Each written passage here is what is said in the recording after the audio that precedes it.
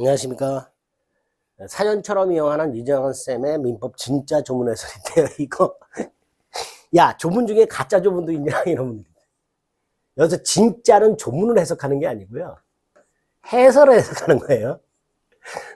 민법 조문 진짜 해설 이렇게 해야 되는데, 이거 갖고 또 이제 댓글 거시는 분들이 있어요. 웃으라고 하시는 거겠죠. 야, 민법에 가짜 조문도 있냐 자식아, 뭐 이런. 진짜를 해석하는 게 아니고요, 해설을 해석하는 거예요. 자, 세 번째 시간입니다. 103조부터 보고 있었어요. 반사질서 행위, 불공정한 행위. 자, 105조로 보겠습니다. 105조는 제목이 임의규정이에요. 자, 법은요, 강행규정하고 임의규정으로 나뉘는데요. 강행규정은 이렇게 설명을 해요. 학자들은 법령 중에 선량한 풍속, 기타 사회질서에 관계 있는 규정, 이렇게 얘기를 해요. 그게 강행규정이에요. 자, 어떤 법이 선량한 풍속, 기타 사회질서와 관계가 있다라는 말은 선량한 풍속, 기타 사회질서를 지키기 위한 규정이다, 이런 뜻이에요. 그러니까 그건 당연히 지켜줘야 되는 거예요.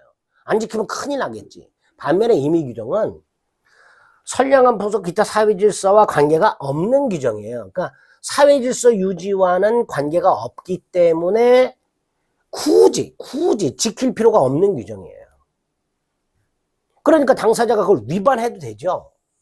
그 임의규정을 위반했어. 무효가 아니에요. 그래서 조금 어렵게 당사자가 그 법의 적용을 배제할 수 있다라고 얘기합니다. 이렇게도 말을 하는 거예요. 그래서 법령 중에 선량한 풍속, 기타 사회질서에 관계없는 규정 이퀄 임의규정.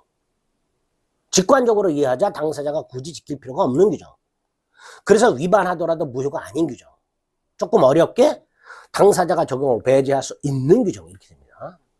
예를 들어서 민법 626조 1항에 보면 전월세 사는 임차인은 수리비를 지출했을 때, 내가 아파트 전월세 사는데 보일러가 고장났고 집주인하고 연락이 안 돼서 내가 내 돈을 못 쳤을 때, 그거 말하는 거예요. 그걸 집주인한테 청구할 수 있도록 되어 있는데 이게 임의규정이에요.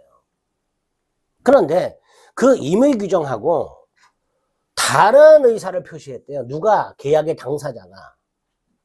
즉, 임차인은 보존에 필요한 비용을 지출했을 때 상환을 청구할 자라는 규정하고는 다른 의사를 표시한 거야. 즉, 집주인과 전월세 사는 사람이 비용을 부담하고 비용 청구하지 않기로 합의를 봤다라는 거예요. 이렇게 당사자가 임의규정과 다른 의사를 표시하면 그 임의규정을 지킬 필요 없이 그 의사에 의한다가 105조의 취지가 됩니다. 그래서 그 의사에 의한다는 의미가 뭐냐?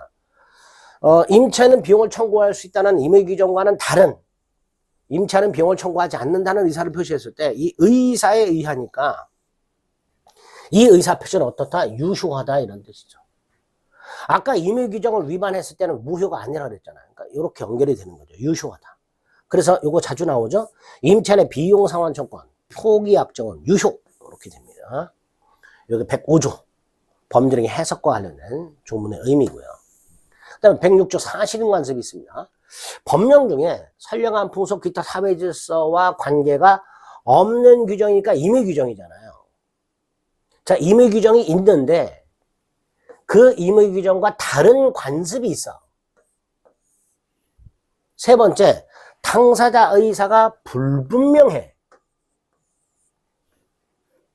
세 가지 요건, 법령 중에 선량한 풍속, 기타 사회질서에 관계없는 규정, 임의규정이 있어.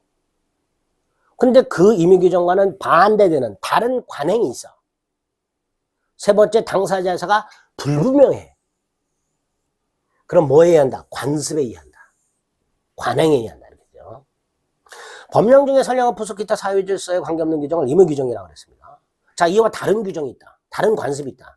자, 아까 임차인은 비용 상환을 청구할 수 있다라는 임의규정이 있었잖아요. 근데 어느 지역에 가니까 수리비를, 수선비를 임차인이 부담하는 관행이 있더라.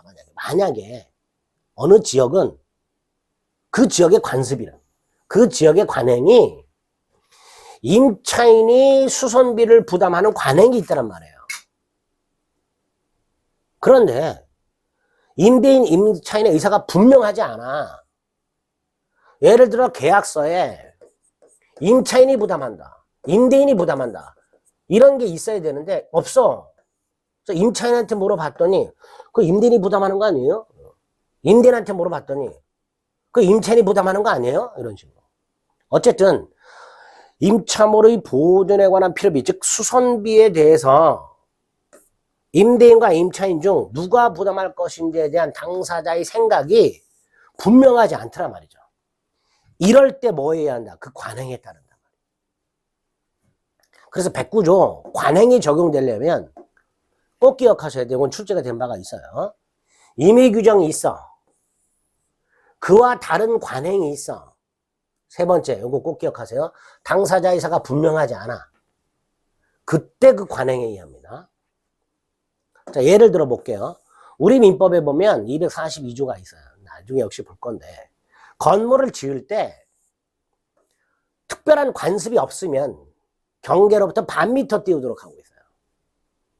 반 미터 이상을 띄우고 건물을 지어야 돼요. 이게 임의 규정이에요.